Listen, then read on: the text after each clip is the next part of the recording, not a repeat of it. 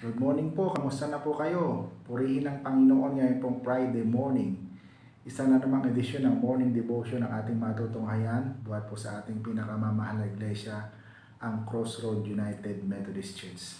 At sa umagang ito ng Friday ay related pa rin po sa pagpapasalamat ang aking ibabahagi.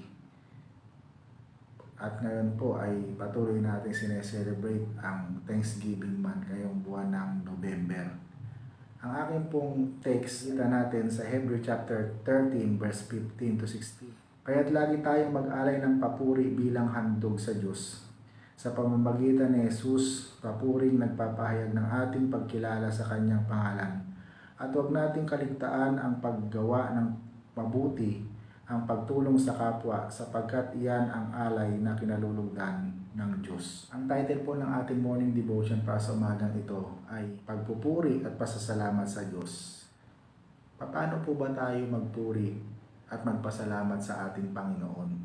Ano po ang nire-remind sa atin ng ating morning devotion sa umagang ito? Ang laging ginagamit sa salitang ay giving thanks, pagpapasalamat. Ang pagpupuri at pagpapasalamat ay laging magkasama. Sa ating panahon, may karagdagang dimension ang pagpupuri at pasasalamat.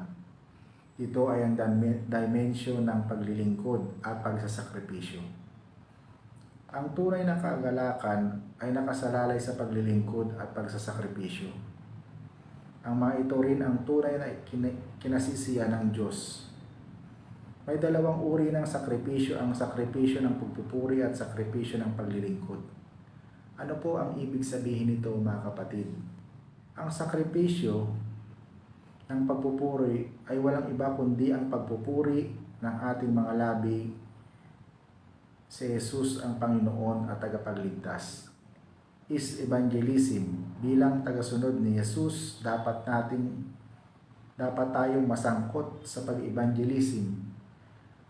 Bawat isa sa atin ay merong way para gawin ito. Ang ipahayag ang kabutihan at katapatan ng ating Panginoon sa iba, lalo tigit sa mga hindi pa nakakakilala sa Kanya. Pangalawa, ang sakripisyo ng paglilingkod. Walang iba kundi ang paggawa ng mabuti at pagtulong sa iba. This is social activism. Ang pagpapahayag ng ebanghelyo at paglilingkod sa kapwa ay dapat laging magkasama. Hindi sapat na tayo ay naglilingkod lang. Kinakailangan sinasamahan natin ng pagtulong sa kapwa. Ito ang uri ng pagpupuri na nais sa atin ng ating Panginoon. Ang sabi sa Hebrew chapter 13 verse 16, at huwag nating kaligtaan ang paggawa ng mabuti at pagtulong sa kapwa, sapagkat ito ang alay na kinalulugdan ng Diyos. Ano daw ang nais sa atin ng Panginoon bilang Kanyang mga lingkod? Huwag nating kaligtaan na tayo ay dapat na gumawa ng kabutihan. Ito ay sa pamamagitan ng pagtulong natin sa iba. Ibig sabihin, ang tunay na haing kinalulugdan ng Diyos, ang tunay na pagsamba, nakatanggap-tanggap sa Kanya, ay ang iyong pagsamba ng iyong labi at ng iyong bisig. Nawa, hindi lamang natatapos sa ating pagsamba sa loob ng ating mga iglesia, ng ating mga church, ang ating pagpupuri at pagpapasalamat sa Panginoon. Nawa, dagdagan natin ito ng pagtulong sa mga nangangailangan sa labas ng ating mga churches. Purihin at pasalamatan natin ang Panginoon ng may pagtulong at pagpapasalamat. Purihin ang Panginoon. Manalangin. Dakilang Diyos, pinupuri ka namin at pinasasalamatan sa umagang ito ng Friday.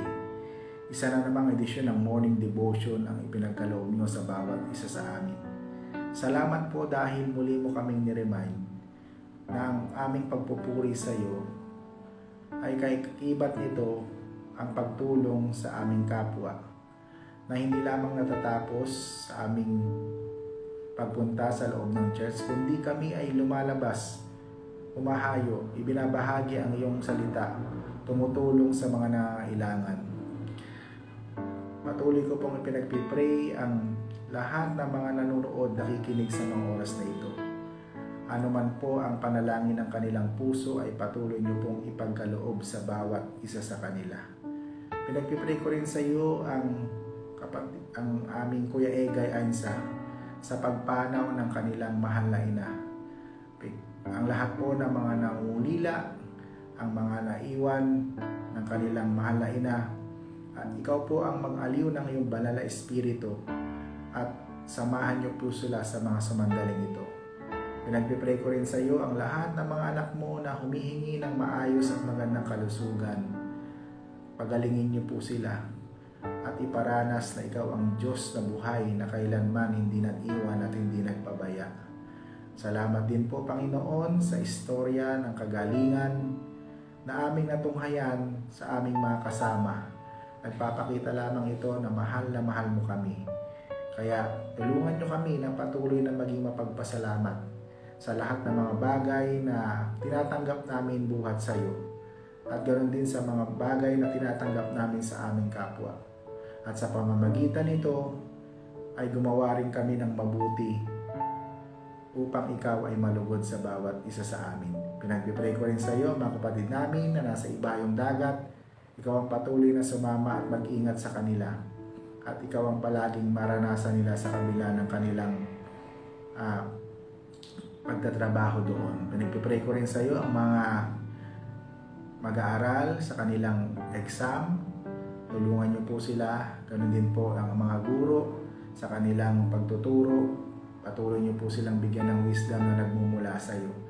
At sa mga anak mo na may mga trabaho sa tanggapan, opisina, paaralan na kailang kinabibilangan, tulungan at samahan niyo sila. At ganoon din po sa iyong mga anak na may mga negosyo, patuloy niyo pong pagpalain. Pinagpipray ko rin sa iyo ang Crossroad United Methodist Church, lalo na po sa kanyang nalalapit na banal na gawain sa pag-renovate ng kanyang chapel at ng altar. Tulungan niyo po ang iglesyang ito at nawa ay i-provide mo ang aming pangailangan. Salamat po doon sa mga anak mo na tumugon na para sa aming solicitation letter. Pagpalain niyo po sila, Panginoon, at doon po sa mga solicitation letter na pinadala namin, ikaw po ang magsalita at magpahayag sa kanila upang sila ay makasama namin sa pag-renovate at pagsasaayos ng iyong tahanan dito po sa Crossroad United Methodist Church. Marami pong salamat. Patnubayan niyo po kami sa kabuuan ng araw na ito. Huwag niyo po kaming iiwan, huwag niyo po kaming pababayaan. Dahil kung wala kami sa iyo, wala kaming magagawa. Ito po ang aming prayer with thanksgiving in Jesus' mighty name. Amen.